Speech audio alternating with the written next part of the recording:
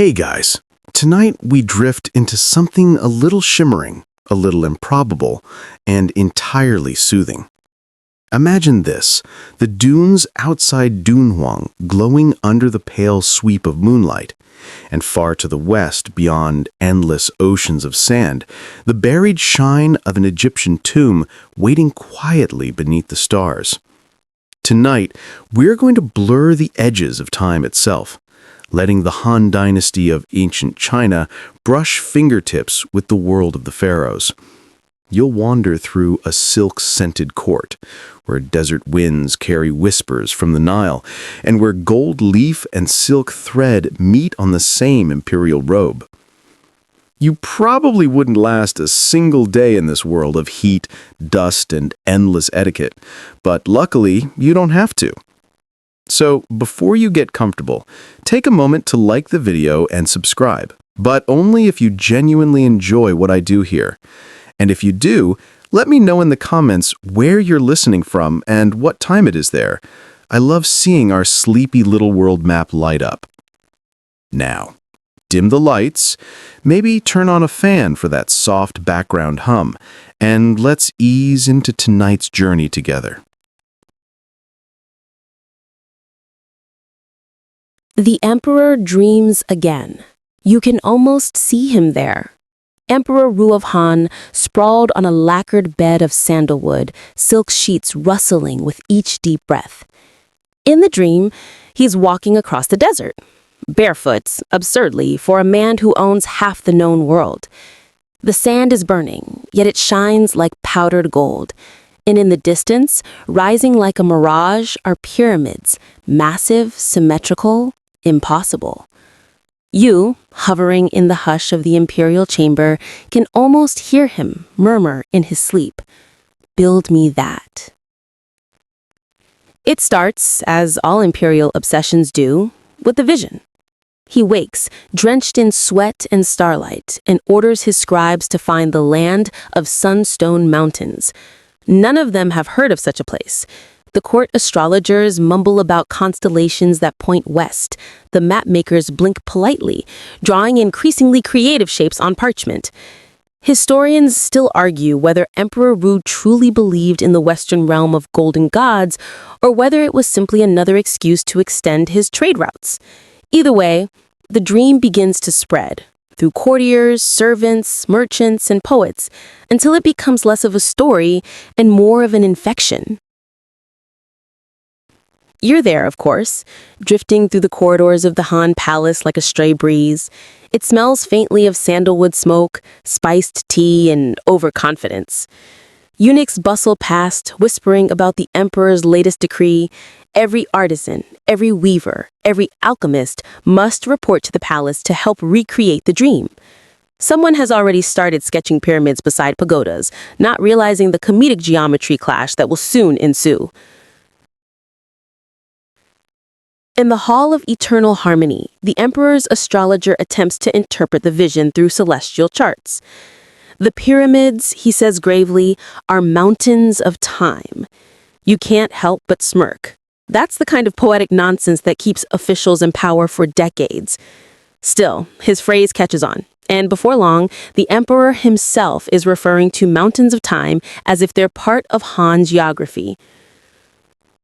You step outside into the morning courtyard, where cranes circle lazily above the bronze roof tiles. The day is already hot, the kind of dry heat that sticks to silk and pride alike. Courtiers gather under paper parasols, murmuring theories. Some claim the emperor's dream is a sign from the ancestors.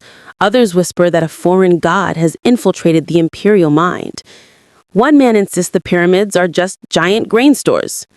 No one laughs. Grain is sacred business. Still, curiosity hums through the palace like the slow tune of a guqin. You wander through workshops where artisans hammer gold into leaf so thin it trembles in your breath. They say it's for decorating a new ceremonial robe, one that will capture the glow of the sun itself. When asked what design it should bear, the emperor shrugs. He says something from the west, he vaguely says, and the room explodes into speculation. A few days later, A foreign merchant arrives from the far side of the desert. He carries a bundle of linen, so fine it feels alive when you touch it. It smells faintly of beeswax and incense, like something ancient pretending to be new. He claims it's from a land where the river runs backward and the dead sleep beneath stone mountains. Everyone leans in closer, even you. This perhaps is the moment when time folds in on itself. You picture that linen traveling across dunes and decades, traded hand to hand, camel to ship to caravan, until it reaches this gilded chamber in Chang'an. The merchant unfurls it before the emperor, and the gold-threaded edges glint like captured sunlight. The court gasps. It's absurd, of course. The fabric would have been impossibly expensive, its journey nearly suicidal. Yet here it lies. Proof, or at least illusion, of a connection between two ancient worlds. The emperor runs his fingers across the cloth and nods slowly. It breathes, like silk, but with memory. You can almost hear the scribe scribbling that line down, knowing it'll look good in future annals. And somewhere in the background, a poet begins composing verses about rivers meeting the sun. The dream has escaped the emperor's head and taken residence in everyone else's. Days stretch into weeks. The palace buzzes with exotic imagery. Painters start adding pyramids to folding screens. Poets describe the desert as a sea of time. Even a chef sprinkles ground gold over rice pudding to imitate the Egyptian taste of light, which sounds both impressive and terrible. You sample it anyway. It's gritty, but glamorous. Historians, centuries later, will shake their heads at this period, unsure whether to call it the age of golden fantasy or simply that weird few years Emperor Wu got really into foreign stuff. Still, they'll admit something beautiful happened here. Curiosity overcame distance. You walk again through the emperor's private garden that evening. Fireflies blink above a pond shaped like the Milky Way. A servant pours wine and a reflection of gold ripples across your cup. For a brief, sleepy second, you see the pyramid again, this time shimmering above the water's surface, perfectly mirrored by the stars. Maybe dreams are just another kind of trade route, the one where stories travel faster than camels. You smile at the thought, your eyes half closed. Somewhere behind you, a court musician plays the pipa softly, its strings sighing like desert wind. And there, beneath the layered hum of palace life, something new begins to stir. The emperor's dream has become a project, a vision of east and west woven together in gold and silk. You can feel the gears of history starting to turn. By the time dawn burns quietly, over the western hills, like the first pull the dream of a has loom already thread. become a caravan. You can almost see it, a slow, lumbering river of camels and carts, trudging away from Chang'an's gates beneath banners of red and gold. You're there among them, wrapped in dust and excitement, following the emperor's order to find where the gold begins. It sounds grand in the decree, less so once you've spent an hour in the sun smelling like dried horse. The Silk Road stretches out before you, a thin vein of trade pulsing across the skin of the earth. It hums with movement, merchants from Parthia with glass beads that shimmer like trapped rainbows, Kushan travelers muttering prayers in Sanskrit, and Chinese envoys adjusting their elaborate hats with quiet misery. The road, if you can call it that, is part memory, part imagination, and mostly exhaustion. But it's also alive. You pass caravans carrying spices, paper, wine, and gossip. A rumor from the West says there's a civilization that paints its kings in gold leaf. Someone else claims they build tombs so large you can see them from the sky. You laugh softly, though no one knows whether at the story or at the idea that humans have been bragging about architecture for millennia. Each evening, when the sun bleeds out behind the dunes, you gather with the merchants around a small fire. Someone always tells a story. Tonight, it's about a river that glows blue in the moonlight and never stops flowing, not even for death. The Nile, says the merchant from Bactria, as if tasting the word. It feels heavy, slow, and ancient. He draws its shape in the sand, a long curve branching like a tree, and you stare, transfixed. It looks almost like the Han character for life. Historians still argue whether Egyptian traders ever truly reached the Han frontier.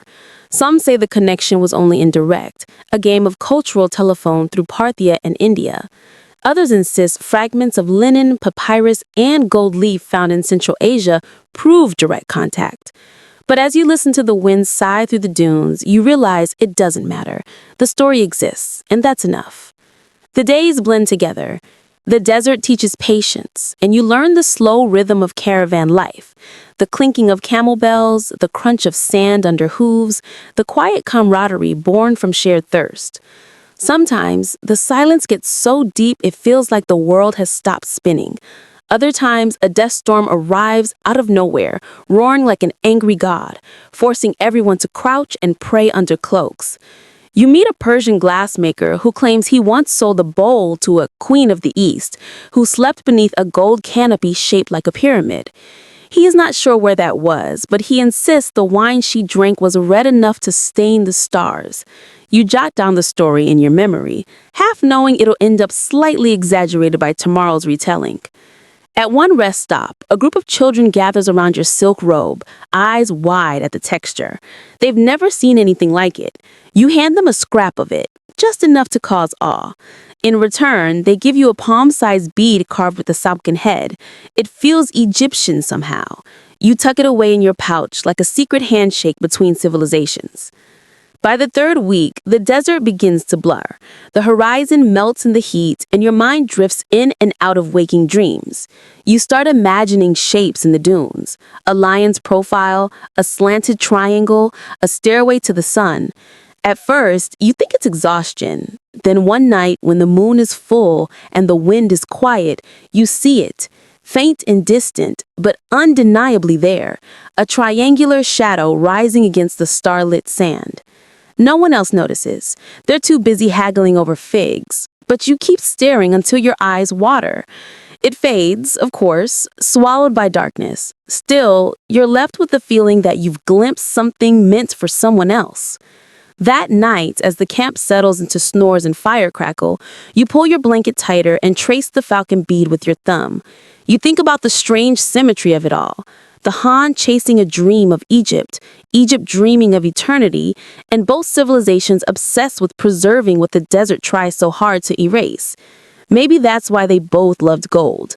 It doesn't rust, it doesn't rot, and it doesn't care how many centuries pass. The stars above you shimmer brighter, the Milky Way arcing like a silk ribbon.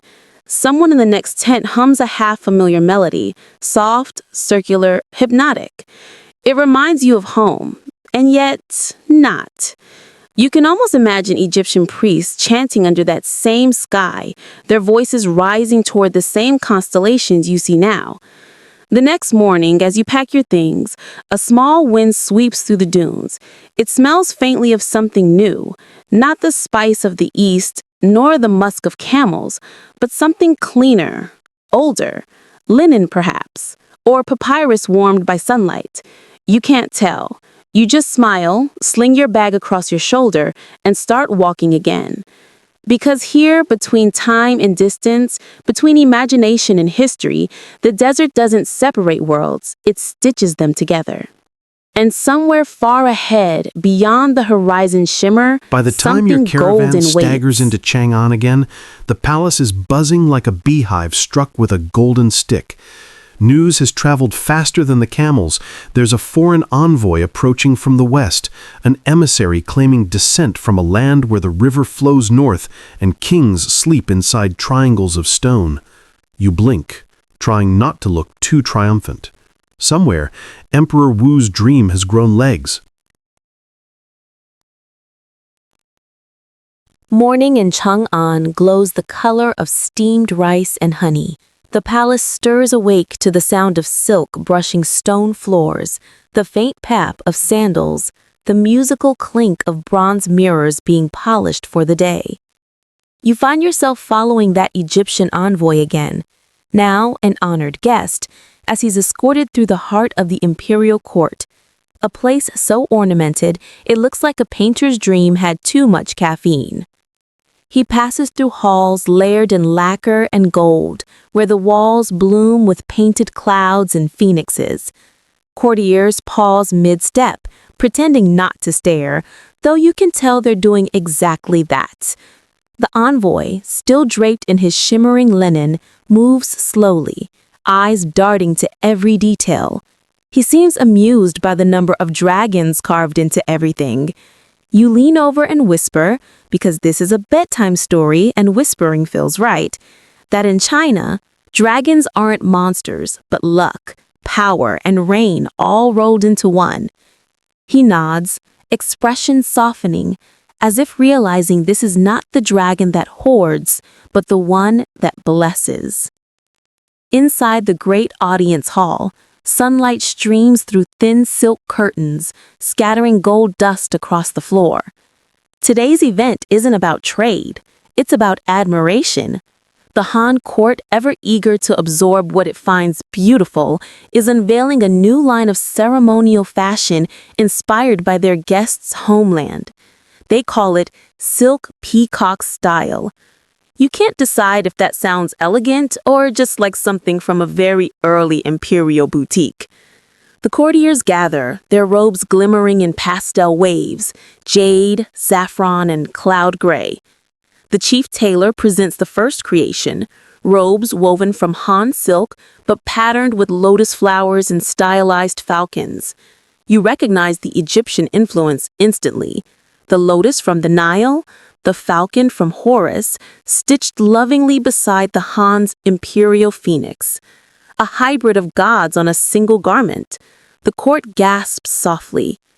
Historians still argue whether this fusion actually happened, whether Egyptian motifs ever truly found their way into Han art, or if later storytellers embroidered the idea out of a wishful imagination.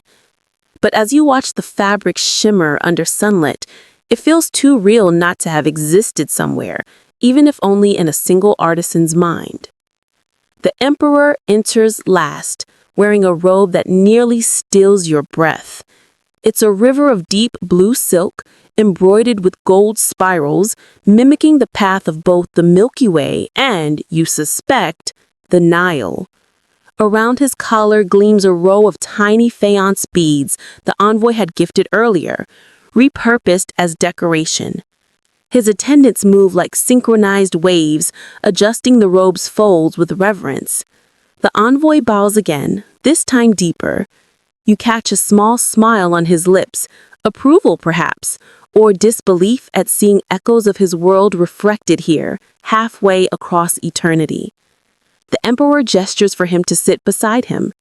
You see, he says through the translator, the sun rises here, but it never forgets to set there.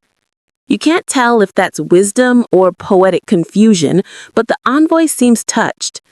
You drift closer, listening as the tailors explain their process. Silk threads dyed with crushed malachite for green, cinnabar for red, and fragments of real gold for the trim. The linen patterns were meanwhile studied from the envoy's gifts. They'd never seen cloth so airy, so full of light. It breathes like the desert, one tailor says reverently. It remembers warmth. Fashion here isn't vanity, it's communication. Every robe whispers status, belief, aspiration. The new designs become conversation pieces for the court, blending distant myths into wearable diplomacy. You spot a young noblewoman sporting earrings shaped like lotus petals and an old general wearing a belt buckle carved like the eye of Horus. He claims it keeps his liver strong. You decide not to question it. The palace corridors turn into impromptu runways of cultural experimentation. Some combinations are graceful, others less so. You pass one unfortunate minister wearing a stiff linen mantle over his silk robe. It looks like someone tried to dress a dumpling in parchment. He seems proud nonetheless. Fashion must evolve, he declares boldly before tripping over the hem. You politely look away, as any kind bedtime narrator would. Still, there's something touching about it all. The eagerness to adopt and adapt, to find beauty in the foreign. You recall how not so long ago this same empire looked inward, guarded its borders, mistrusted outside ideas. But now the emperor's dream has cracked open the horizon, and in that gap, sunlight spills through. The envoy watches in silence, one hand resting on the golden amulet at his chest. You wonder what he's thinking, whether he sees imitation or homage, whether he's flattered or lonely. Then he raises his head and says softly, "The gods of my land wear color, but here color wears the gods." The translator hesitates, unsure if he got it right, but the emperor claps anyway. "Yes," he says warmly, "that sounds profound." You can't help but laugh quietly. Maybe the exact words don't matter. Maybe what matters is the shared awe, the recognition that art and adornment, no matter where they're born, are really just humanity's way of saying, we were here, we imagined. As the presentation ends, the musicians begin a gentle melody, the same slow rhythm that has carried through every court since the beginning of time. The envoy stands beside the emperor, their garments shimmering under the same beam of sunlight, silk and linen gleaming like twin languages learning to speak together. Outside, the afternoon wind stirs the banners above the palace gates. They ripple with embroidered dragons and falcons, a duet in thread. The air smells faintly of incense and sun-heated silk. You feel the warmth sink into your bones, soft and drowsy. And as you step away from the crowd, you realize something quietly extraordinary has happened. The Han court hasn't just borrowed a fashion, melted amber, it's woven slow, of friendship. Heavy, golden. The palace exhales after the day's display of fashion diplomacy. You drift through the corridors now, the hum of conversation replaced by the soft whisper of servants extinguishing lanterns. Somewhere, a zither plays a scale that seems to stretch between continents. The scent in the air has changed too, subtle but distinct. It's not just sandalwood anymore. There's something sweeter, foreign, heady, floral. You follow it, nose first, to the Garden of Fragrant Dew, where an experiment in aroma is underway. The Han court, never content with merely copying foreign things, wants to blend them. Tonight, the perfumers are attempting the impossible, merging the fragrance of the Nile with that of the Yellow River. Perfumes of two rivers, they call it, a poetic name for what might otherwise smell like chaos. A circle of alchemists and perfumers sit cross-legged around bronze burners, fanning smoke that curls upward in lazy, hypnotic swirls. The envoy sits among them, intrigued but cautious. He holds a small vial of oil distilled from blue lotus, the sacred flower of Egypt. Its scent is deep and narcotic, heavy with sleep and dreams. One drop on your wrist and the world seems to slow down, colors melting into one another like watercolor under rain. The Han perfumers, meanwhile, bring their own treasures: chrysanthemum oil, cassia, camellia, and a dash of musk so potent it could wake the dead, or at least the court accountants. The goal is harmony, a fragrance that carries both civilizations without overpowering either. The result, after hours of blending, smells like a memory that doesn't belong to you. Part temple incense, part mountain air, part something you can't quite name. The envoy inhales deeply, eyes half-lidded. He smells, he murmurs through the translator, like the space between two suns. The court nods gravely, pretending to understand. You stifle a laugh. Historians would later debate whether this description was metaphorical or merely poetic overexertion. As the testing continues, you drift closer to the perfumer's table. One of them explains how scents mark time as much as they mark place. He says, when you smell cinnamon, you remember a road. When you smell chrysanthemum, you remember autumn. And when you smell lotus, he gestures toward the envoy, you remember eternity. You're not sure if that's profound or perfumed nonsense, but in this drowsy air, both sound equally valid. The mixture soon spreads through the palace. Attendants sprinkle it on robes, curtains, even the emperor's writing brushes. For the first time in recorded history, the imperial court smells faintly like Egypt. The combination is oddly comforting, the crisp floral of the east cradling the sultry sweetness of the Nile. You breathe it in and feel as if your mind is traveling, not your body. Historians still argue whether ancient perfumes ever crossed those distances. Evidence is sparse. Traces of resins, shards of alabaster jars, faint chemical ghosts found in tombs. But as you watch the envoys smile faintly at the smell of home recreated half a world away, you decide that truth doesn't always need proof. Sometimes it only needs imagination. The emperor himself soon joins the perfumers, waving off etiquette with the confidence of a man who knows he can do whatever he pleases. He asks the envoy, "What does it mean that your people anoint the dead with fragrance?" The envoy pauses, choosing his words carefully. He says, "Because even death deserves sweetness." The room falls silent for a heartbeat. Then the emperor nods slowly. "Then we must scent our living as kindly as your people scent the dead." By morning, imperial decree ensures every courtyard would burn lotus and chrysanthemum oil together. You watch as servants move through the halls, their censers swinging, ribbons of smoke weaving like drifting dreams. The palace becomes a breathing thing, its walls exhaling perfume with every gust of wind. The envoy takes a small vial of the new blend and tucks it into his sleeve. You wonder if he'll bring it back home and telling tales of a palace that smelled like the meeting of dawn and dusk. Maybe centuries later, archaeologists will open his tomb and find a faint trace of chrysanthemum there, puzzling over how a flower from China ended up beside the Nile. The night deepens and the moon hangs like a pearl above the palace roof. You sit by the lotus pond again, the scent of the perfumes of two rivers thick in the air. It feels alive, like something humming just below hearing. You can almost believe the gods of both lands are leaning down comparing notes on whose fragrance was better. You pluck a single chrysanthemum petal and drop it into the water. It floats beside a real lotus that somehow found its way here. Perhaps a gift from the envoy, perhaps just imagination made visible. The two flowers drift together, golden and blue, slowly spinning as ripples spread outward. You sigh, content. The air smells of stories, half myth, half memory, entirely human. And somewhere deep inside, you realize that this is what peace must have felt like.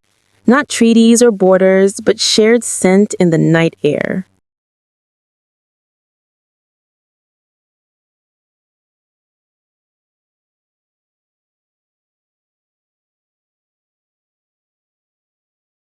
Morning arrives in Chang'an with the lazy shimmer of silk banners catching the sun.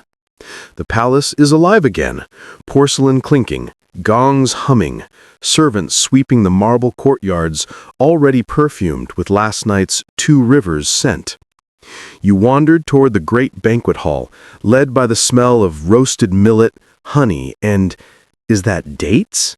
Yes, Egyptian dates, sticky and golden, newly arrived on camelback just in time for tonight's feast. The cooks, of course, are in chaos. The emperor has decreed a banquet of bronze and bread, a fusion meal celebrating the friendship of Han and Egypt, though no one's quite sure what that actually means. You watch a head chef mutter under his breath as he tries to decide whether papyrus can be eaten. Spoiler, it can't. While another argues that crocodile meat might count as an exotic delicacy. Historians still argue whether this menu was ever actually served, you think, watching one nervous attendant try to skewer lotus roots and pomegranates together. But for now, you just enjoy the spectacle. Bronze cauldrons line the hall, filled with bubbling stews that smell both familiar and confusing. Ginger and honey, sesame and fig, soy and cinnamon. The cooks are improvising recipes that no one has ever tasted before, or likely will again. When in doubt, add more sauce. It's a philosophy that might save several empires. You find a quiet seat near the long table where courtiers whisper and fan themselves, their robes glinting with threads of gold dust. At the center, Emperor Wu lounges with theatrical grace, a goblet of jade wine in hand. The Egyptian envoy sits nearby, patient but amused. He pokes at a bowl of something gelatinous and politely pretends to enjoy it. You can almost hear his thoughts. These people boil everything. When the first course is served, the true fusion begins. One dish arrives shaped like a pyramid, sticky rice pressed into golden layers, sprinkled with sesame and saffron. The envoy laughs softly, recognizing the form, if not the flavor. Another platter carries roasted duck, glazed with date syrup and dusted with crushed lotus seeds. You take a bite. It tastes like history rewritten in sweetness. Between courses, musicians play, a curious blend of bamboo flute and sistrum. The sound is hypnotic, like water rippling through metal. A court poet rises to recite a verse. From the river that flows backward to the river that never ends. We raise our cups where the sun rises and where it sleeps.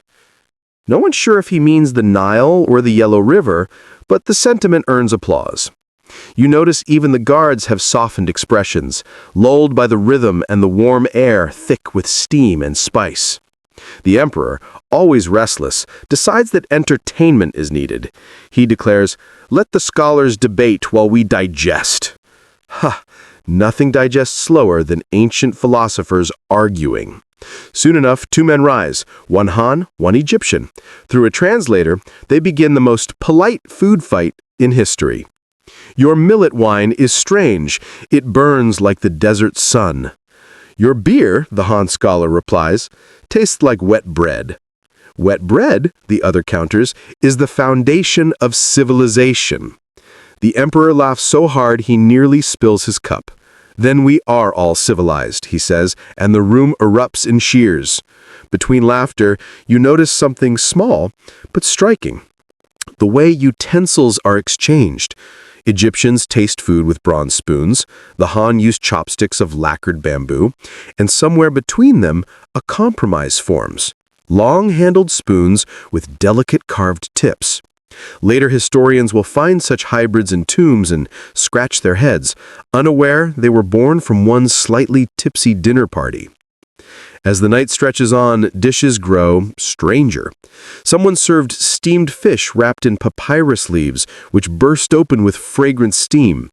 Another course featured rice balls dyed turquoise with lotus pigment. Beautiful, if not somewhat unsettling. "It looks like we're eating jewelry," someone whispered, and you chuckle quietly. When the final dish arrives, a bowl of sweet soup shimmering gold from dissolved honey and powdered pearl, the emperor raises his cup high. To the friendship of far places, to the tongues that teach us patience.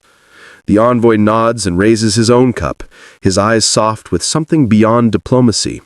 Maybe gratitude, maybe longing, maybe just relief that no one's forcing him to eat crocodile. As the music slows, you feel your own eyes grow heavy. The lights dim, replaced by lanterns shaped like suns and moons. The scent of food lingers, a blend of sesame, lotus, and wine. You realize you've just witnessed something that history books can't quite capture. The gentle, human act of sharing flavor across oceans and time. Outside, the moon reflects off bronze trays, stacked and cooling in the night air. Servants wander the courtyard, still giggling about the debate over wet bread. A cat sneaks under the tables, stealing a leftover piece of roasted duck, live proof that cultural exchange has its universal beneficiaries. You step out beneath the starlight, belly full, spirit even fuller.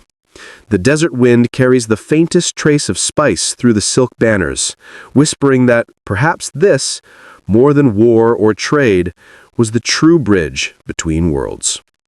And somewhere far away, across sands and seas, another banquet flickers in your imagination, one where Egyptians tell tales of strange guests from the east who dine by candlelight and perfume their soup.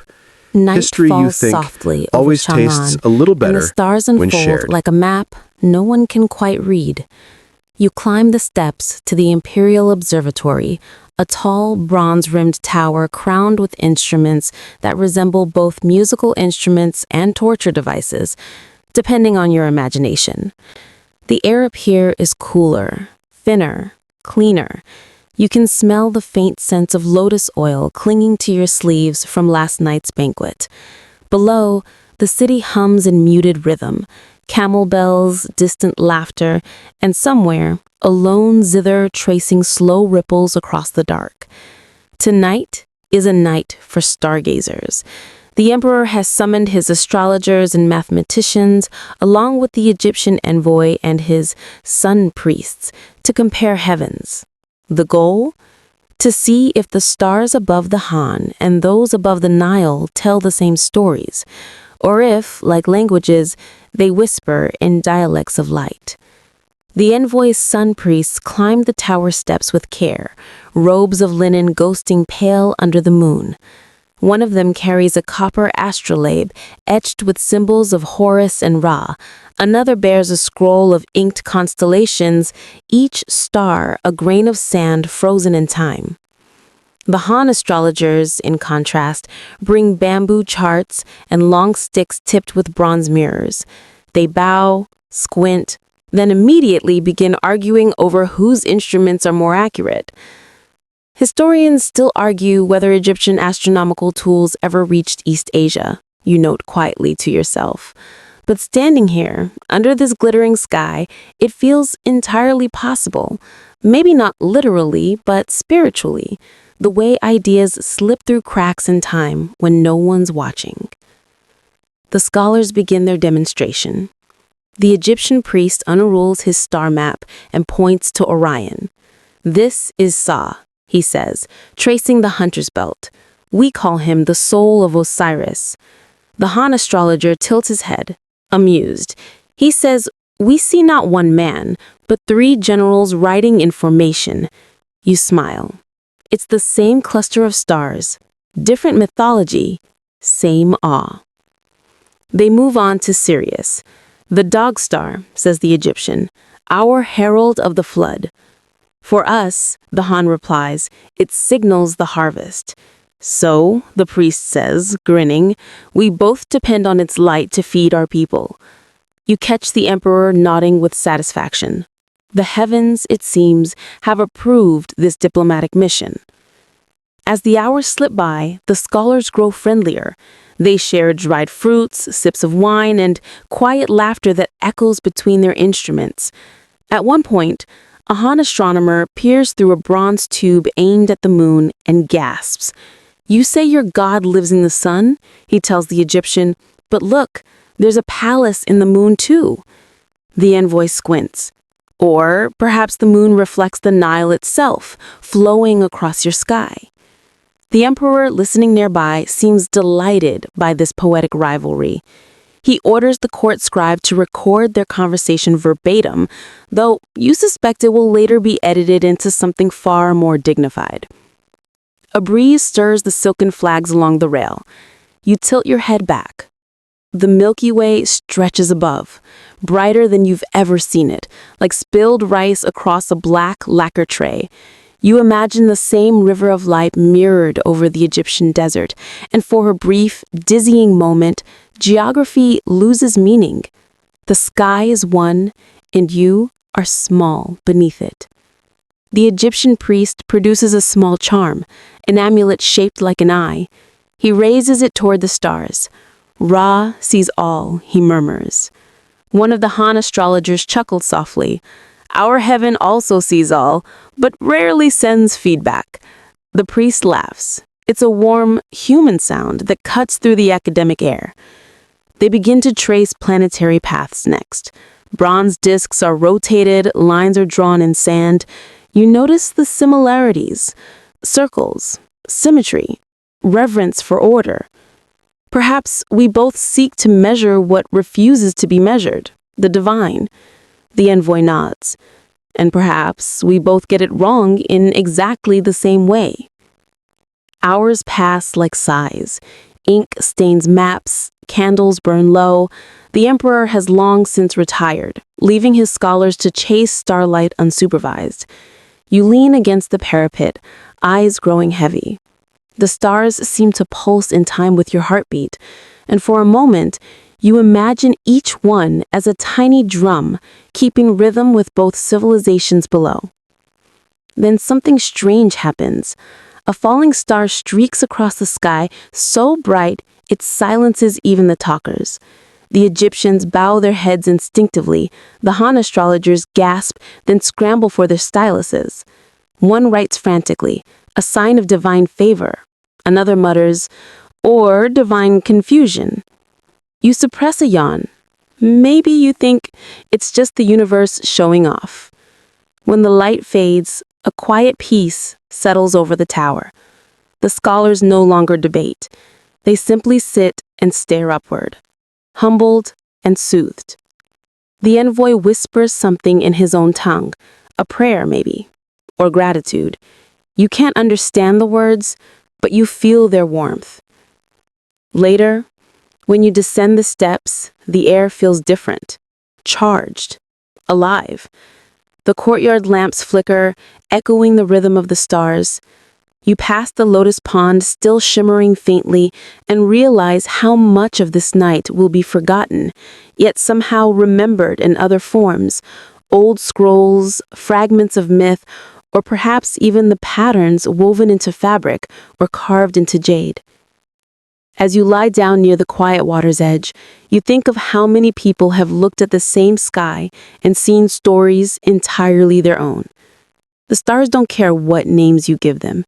They shine anyway, patient, eternal, and a little bit smug.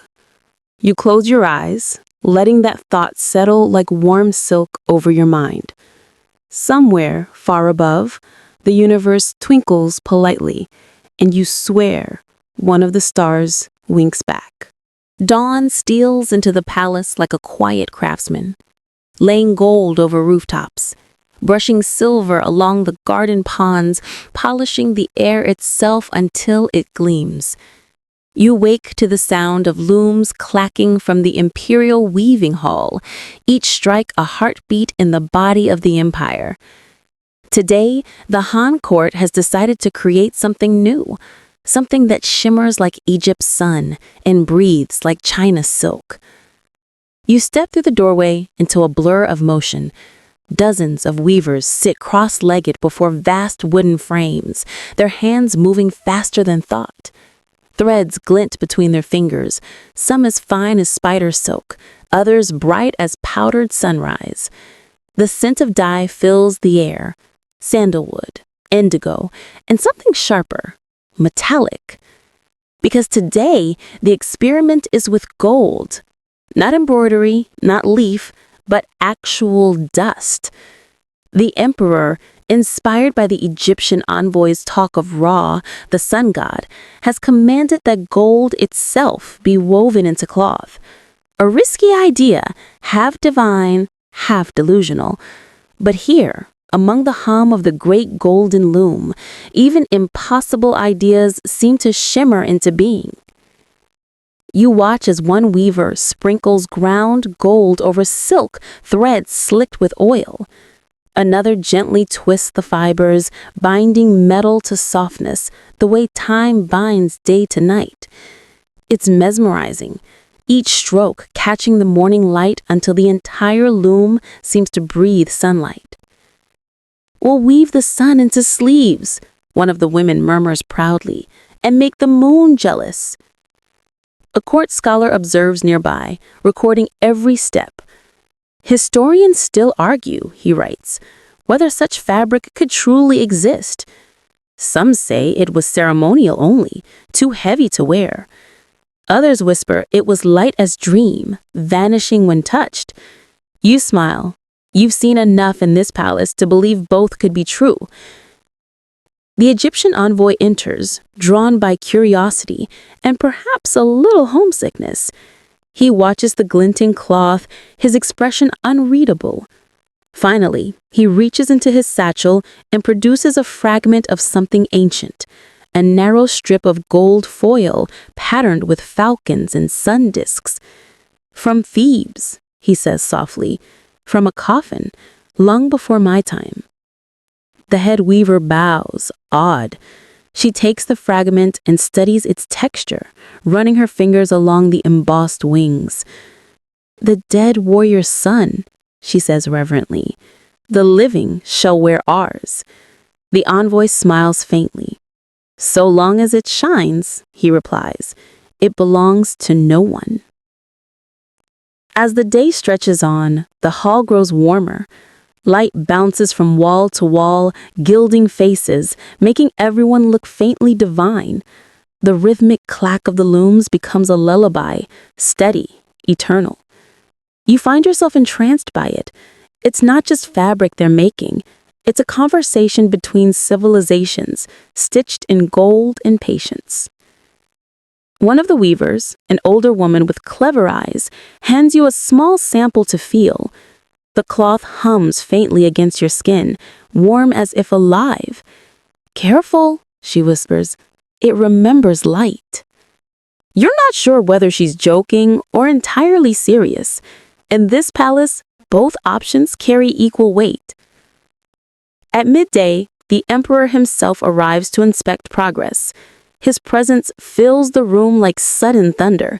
He touches the half-finished bolt, nodding approvingly. "We shall call it the radiant cloth, for those who serve under heaven must shine like heaven itself." The attendants bow, and the order is carved into bamboo. Soon the court tailors appear, measuring and cutting. The first garment made from the golden silk is a robe so bright it's painful to look at directly. It ripples as if sunlight were trapped inside. When the emperor dons it, gasps ripple through the hall. He laughs, spreading his arms. "Behold, Ra's little brother." The envoy hides a grin behind his sleeve. That night, the robe is paraded under torchlight, drawing crowds from the city. Children whisper that the emperor has swallowed the sun. Elders mutter about omens. Too much brightness invites shadows. You, meanwhile, stand at the edge of the crowd, caught between awe and unease. The gold gleams beautifully, but it feels fragile, like a dream held together by pride. Later, as the fires die down, a few stray threads of golden fiber drift through the air. One catches on your sleeve. You hold it to the moonlight. It shimmers faintly, alive in its own way.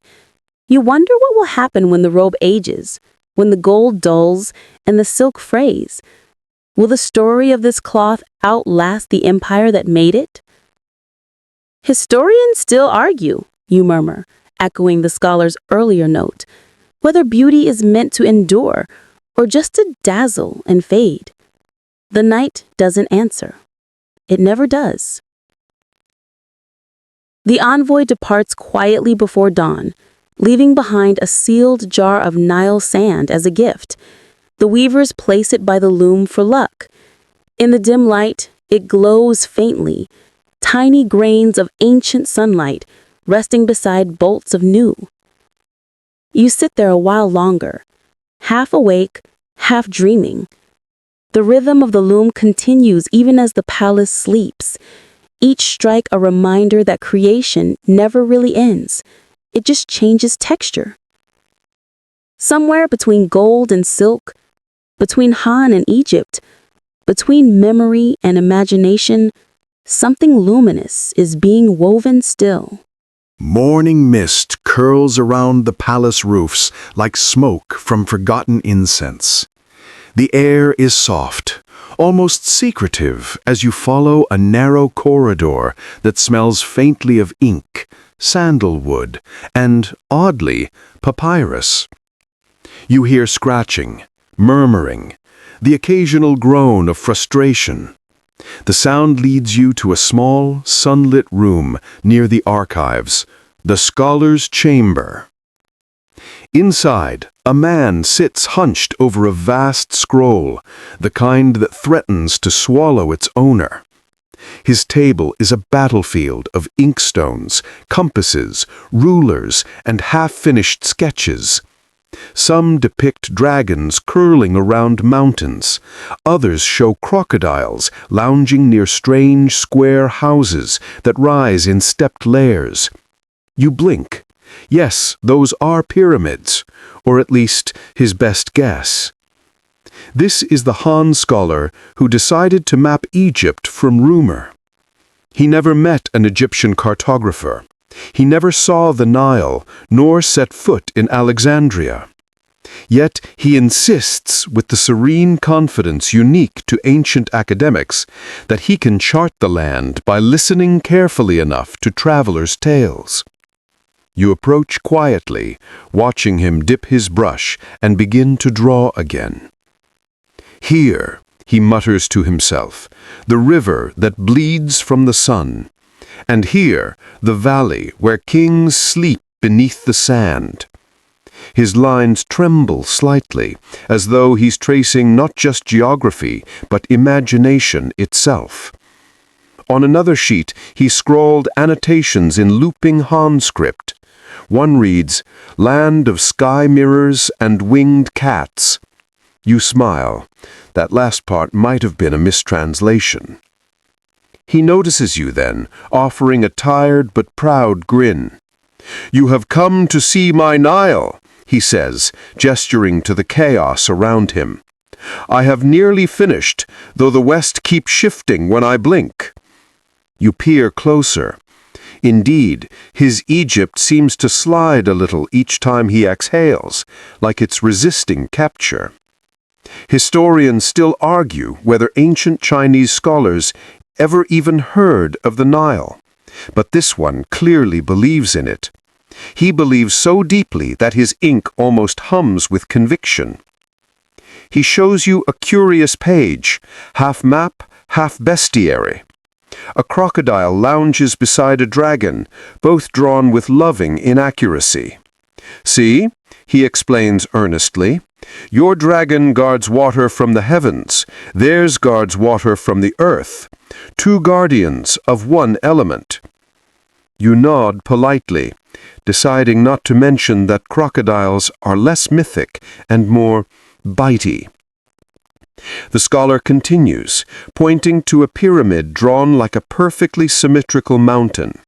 "This," he declares, "is their Mount Kunlun, their ladder to heaven." He pauses thoughtfully.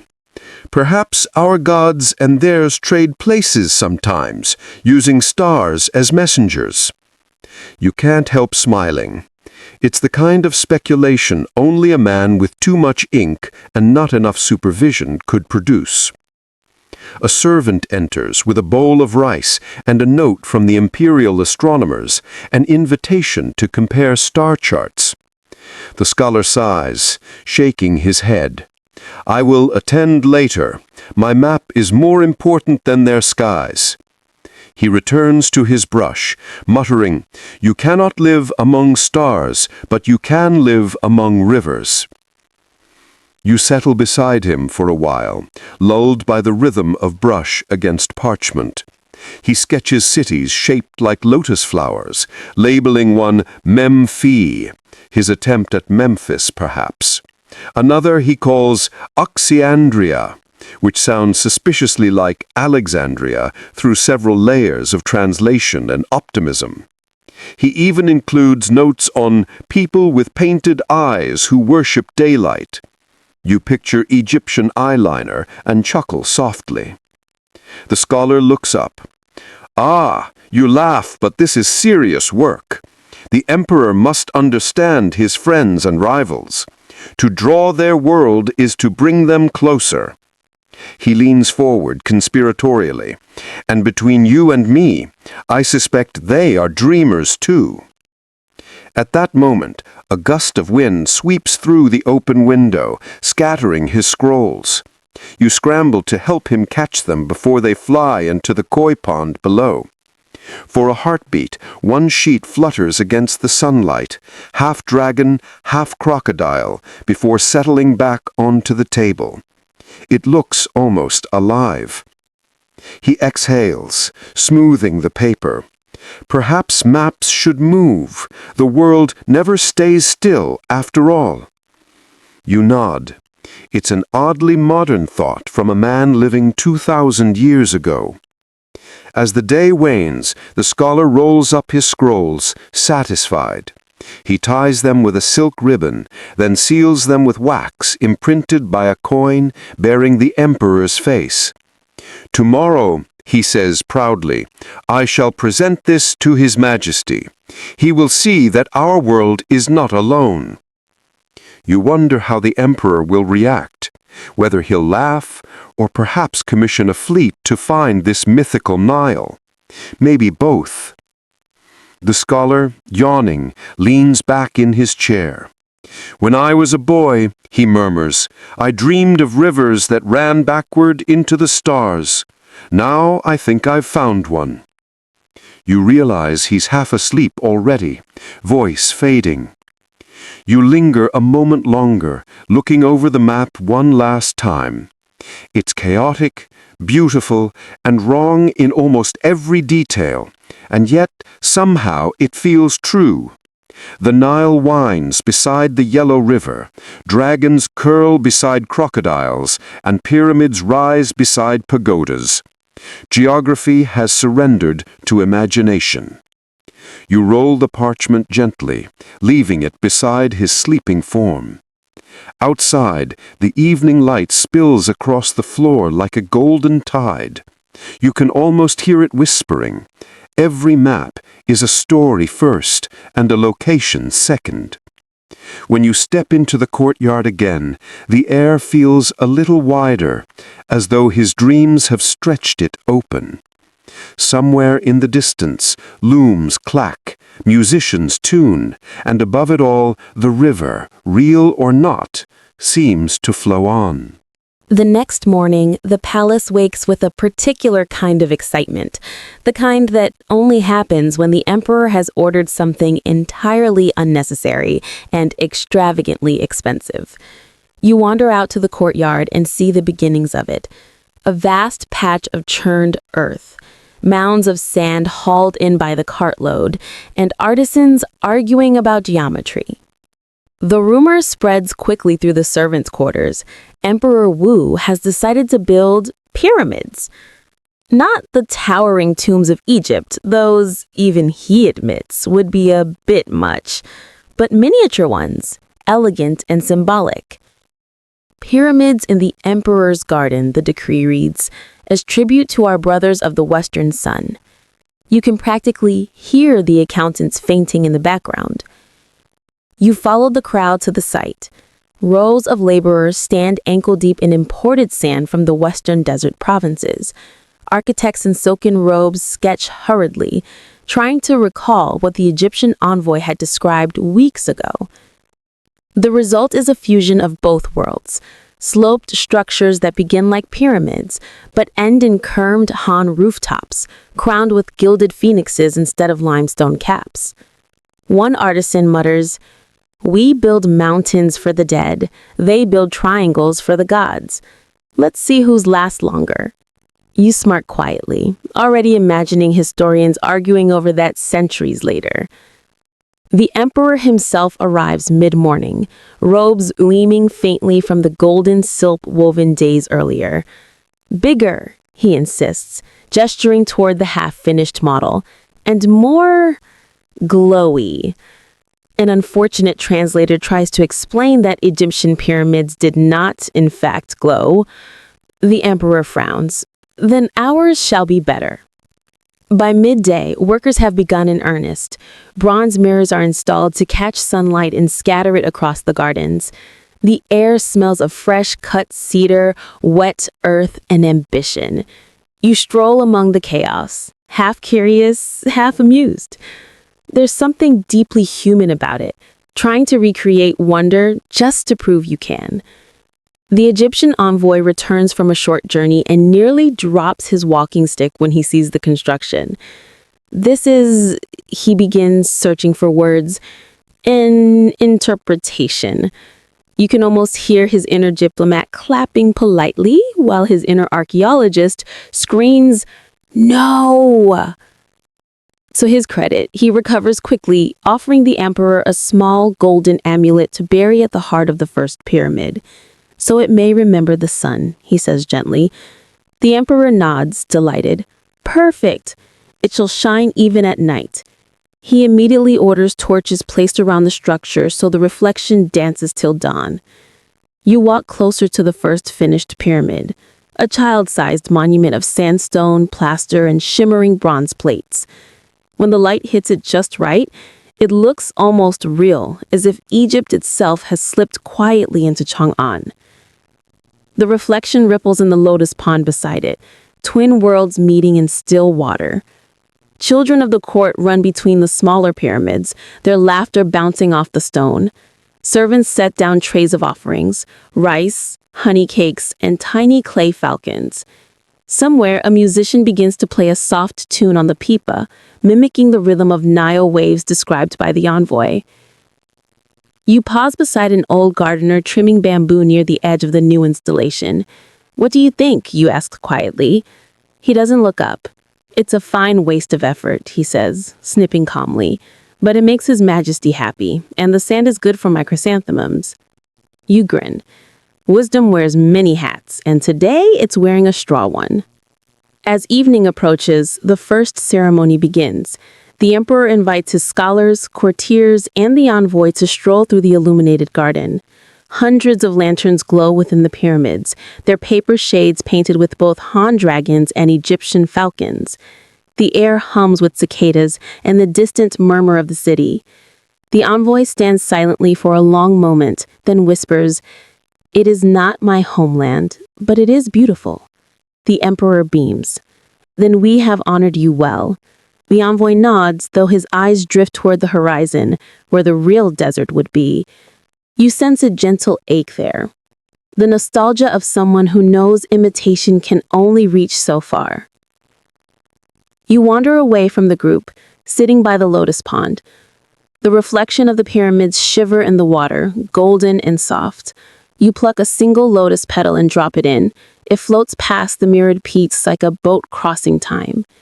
You imagine future archaeologists stumbling upon this garden centuries later.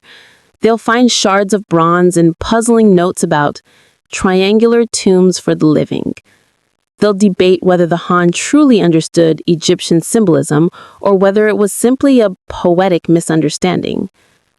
Historians still argue, you murmur, amused, but maybe confusion is half the fun.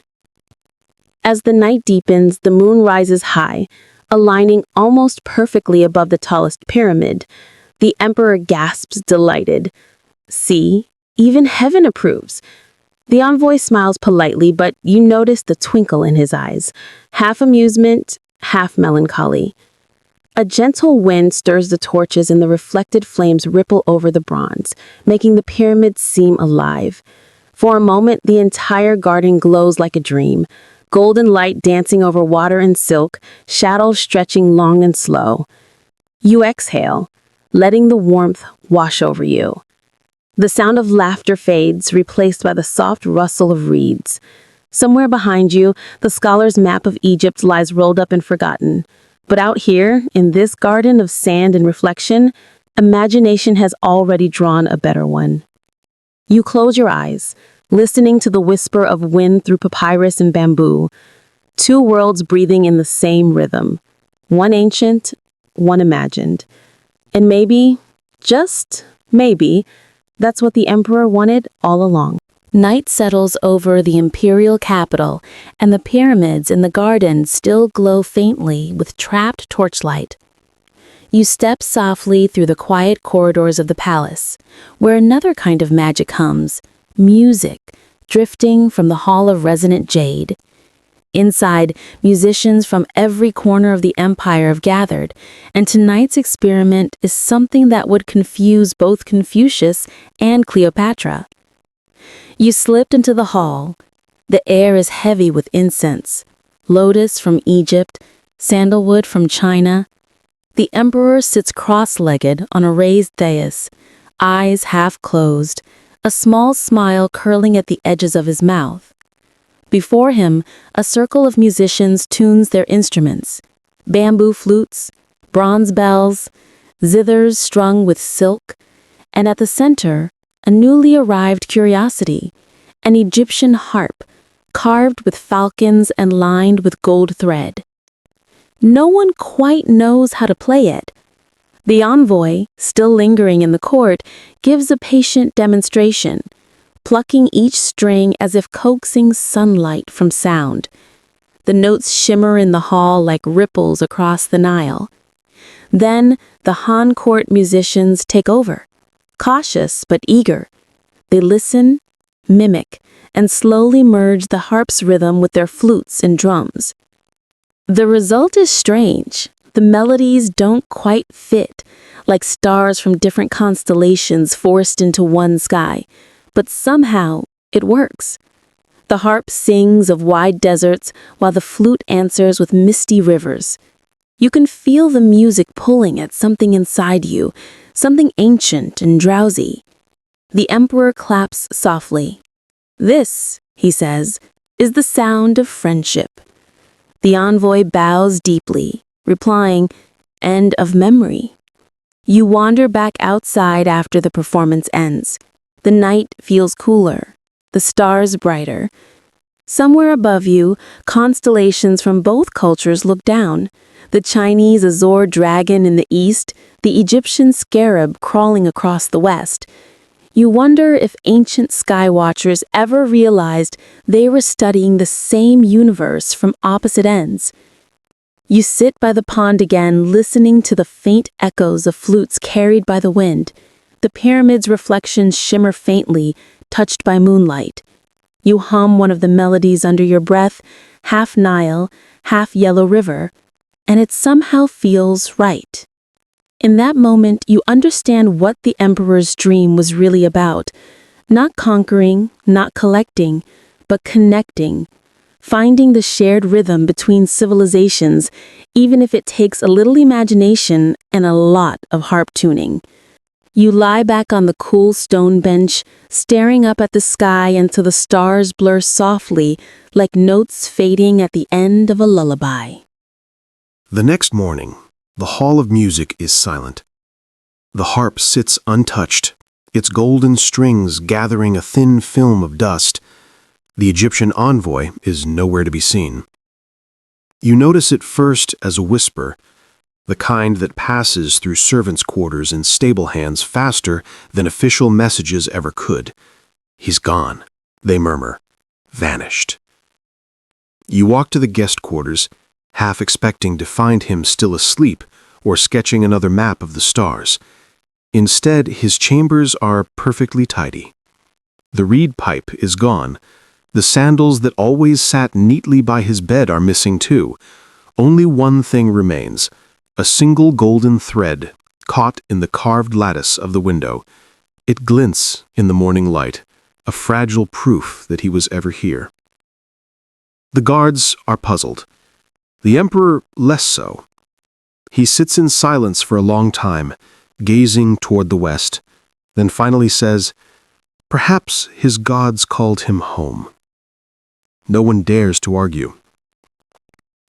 You wander through the palace grounds, tracing the envoy's favorite spots: the lotus pond, the music hall, the corridor lined with painted cranes.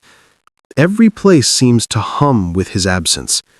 Even the air feels thinner, as if some subtle rhythm has gone missing.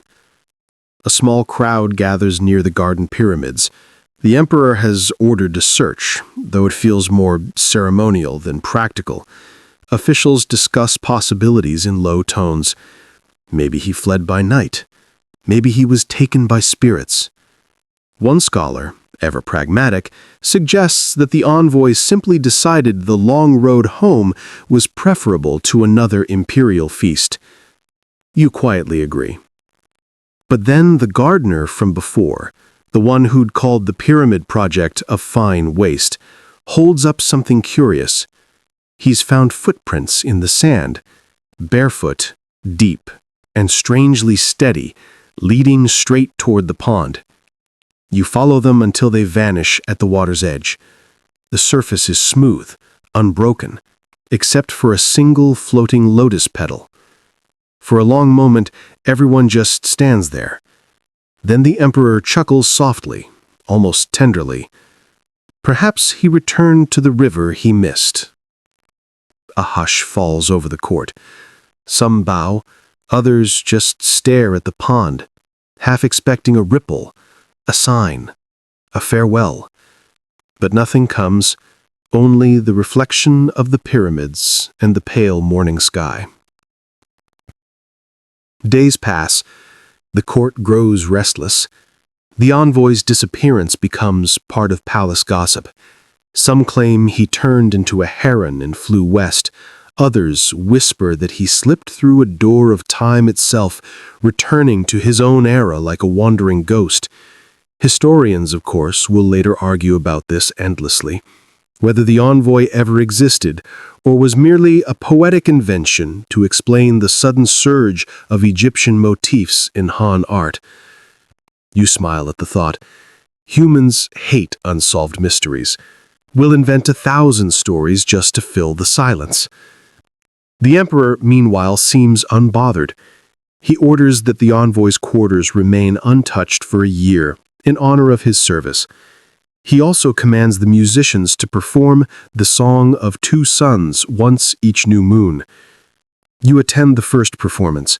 It feels different without the envoy's presence, but the harp still gleams under lantern light, and the melody carries on like a promise. Later that evening, you visit the garden again. The pyramids glow faintly under the torches, their mirrored surfaces now softened by wind-blown sand. You kneel near the pond, staring at your own reflection mingling with theirs. Something catches your eye, a faint shimmer beneath the water. You lean closer. It's the golden thread, the same one that had caught in the window. Now it drifts just below the surface, moving gently with the current. You reach out, fingertips brushing the cool water, but the thread slips deeper, spiraling downward until it vanishes into the dark. You sit there for a while, unsure whether you feel more enchanted or unsettled. The night air hums softly, carrying the faint echo of music from the distant hall. You close your eyes, and for an instant you think you hear a familiar voice, a low, amused whisper saying, "The sun never sets, only hides." When you open your eyes again, the pond is still, but something has shifted in the air, a sense of peace, of completion. By morning, the emperor issues a final decree. A stone stele will be placed beside the pond, engraved with the envoy's name and a line of poetry. You watch the calligrapher brush the inscription with steady strokes. He came with gold, he left with silence, but his song still glows in our night. Visitors begin calling the spot the Pond of Vanishing Footsteps. Some come to pray for safe journeys, others to whisper to lost loves. And once, under a crescent moon, you swear you see a faint ripple, as though someone unseen had stepped across the surface, just long enough to say goodbye. You smile to yourself. Maybe time bends more easily than we think.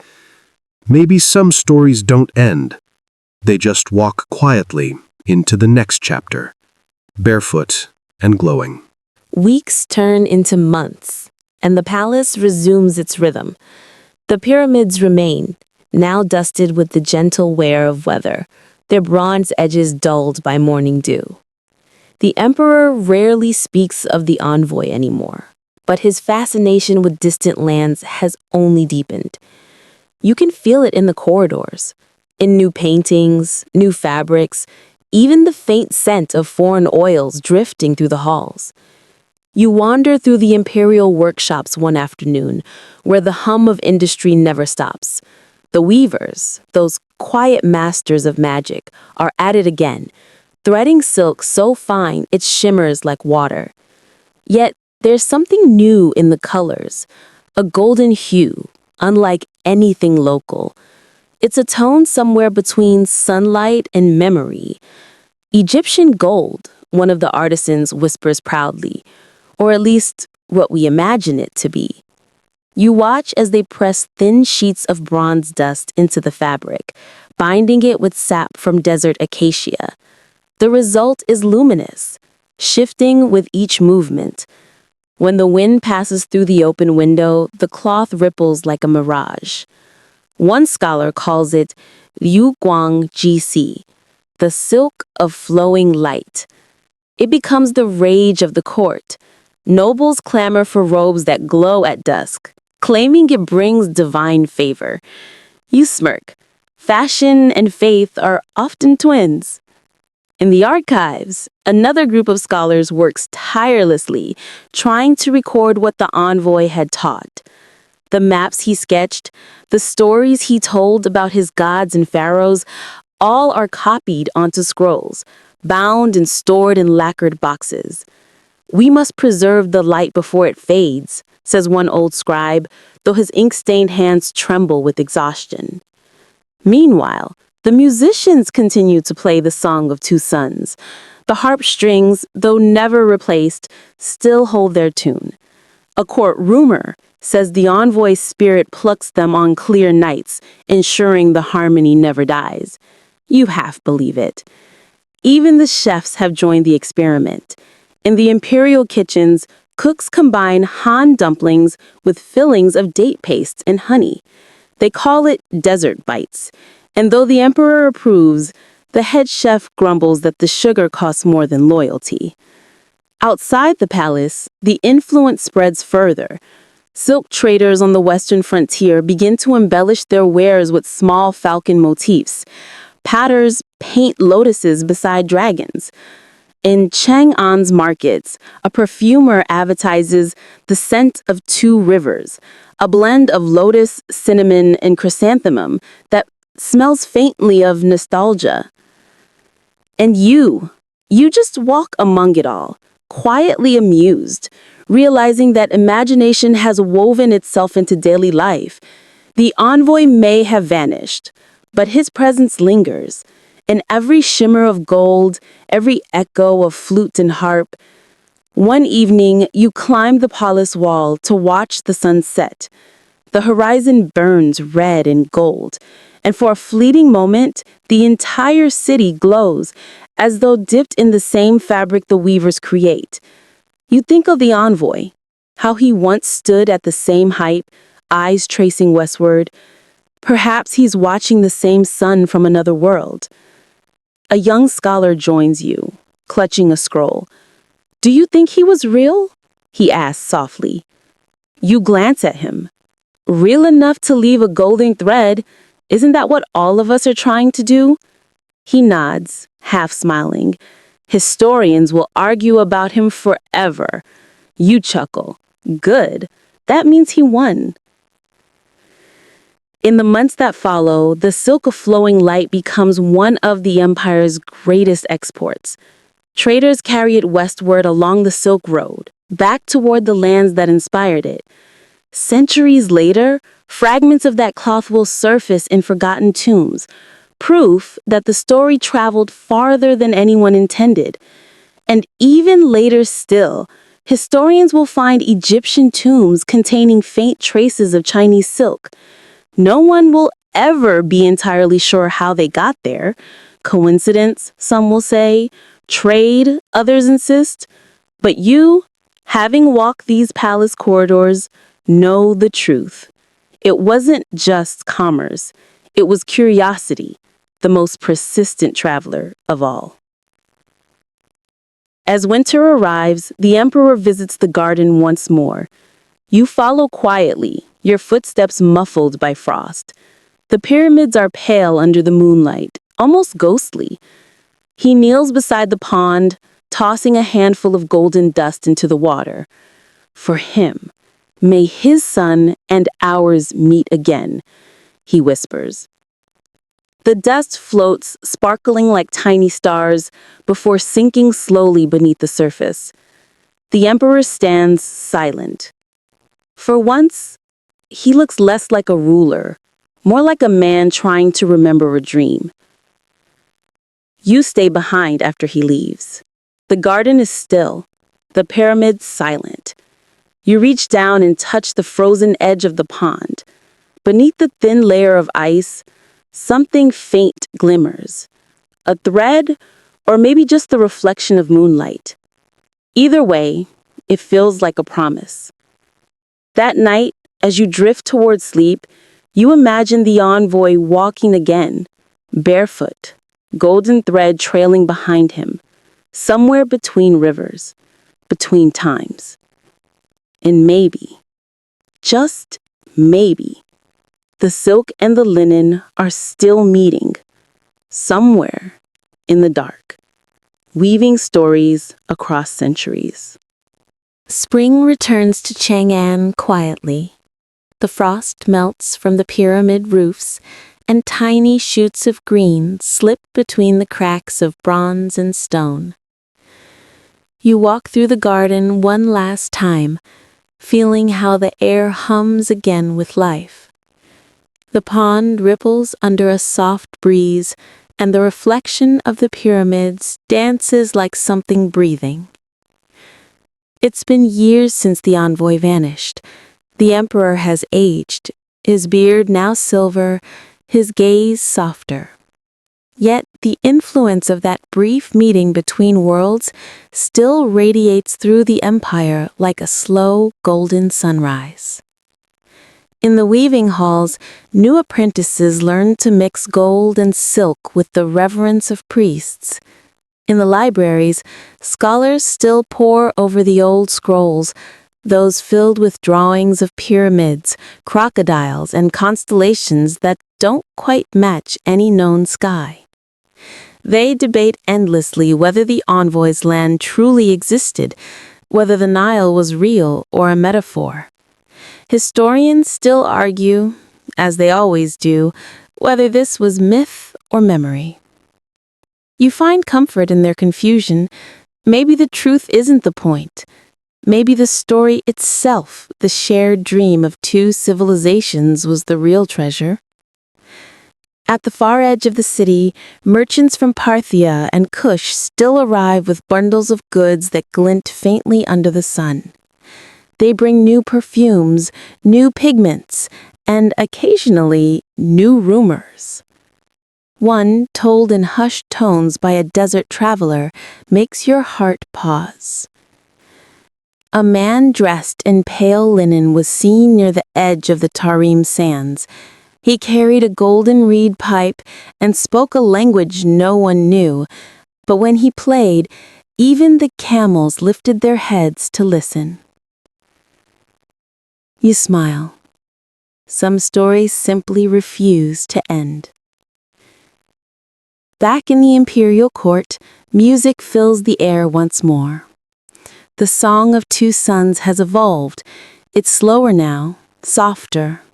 The harp's golden frame glows gently in lamplight, and the flutes have learned to mimic the rhythm of the desert wind. You sit among the audience, feeling the sound wrap around you like silk. The emperor, older but content, watches in silence. His fingers tap lightly to the rhythm, his eyes unfocused as though he's somewhere far away.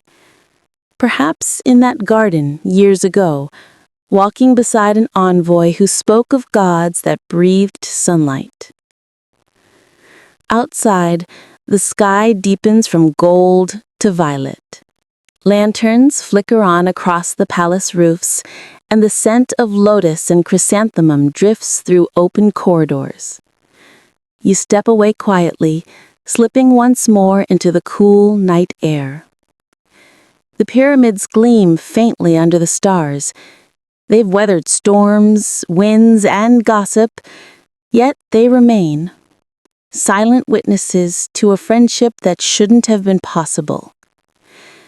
You trail your hand along one of the bronze plates, now worn smooth by time. The metal feels warm, as if holding sunlight deep within. You sit by the pond and look at your reflection. The water is calm, the moon a perfect circle above. For a moment it seems as though another face appears beside yours, a faint shimmer, a suggestion of linen and gold. You don't turn, you just smile. Maybe he's not gone at all. Maybe every golden thread, every drifting melody, every historian's argument keeps him alive. Stories have a way of ignoring death. They slip through cracks in time, stow away in silk rolls, whisper through the wind. You take a slow breath, watching the ripples spread. The reflection of the pyramids quivers softly like laughter in the dark. And as you listen, really listen, you can almost hear it again. The distant hum of harp strings, the soft breath of bamboo flutes, the low murmur of two rivers meeting somewhere beyond sight. You close your eyes, the garden fades to light, the past folds gently into the present, and all that remains is warmth, the steady pulse of history, endless and kind. Wind down, 300 words. And now, as everything settles, let the noise of the empire drift away. You're no longer standing in the emperor's garden or chasing the echo of a vanished envoy. You're simply floating, carried by the slow current of time itself. The torches fade, the harp quiets, even the stars seem to exhale. The silk that once shimmered with gold becomes soft shadow, and the scent of lotus folds into the cool night air. You can almost feel the sand beneath your feet again, warm, forgiving, ancient. Each breath you take feels older than the last, as if it's passing through centuries before finding you. The wind brushes your cheek like a page turning, and with it comes that whisper from long ago, that the sun never really sets, it only hides, waiting for another chance to glow. Let that thought rest with you now. The stories you've heard tonight, of emperors and envoys, pyramids and silk, dreams and disappearance, they don't need to end. They can drift quietly into your own dreams, weaving their threads through the gentle hum of your heartbeat. So let go. Let the golden light dissolve into sleep. The pond is still, the pyramids stand eternal. And somewhere far beyond time and space, a faint melody continues, soft, ancient, patient, waiting for you to join it.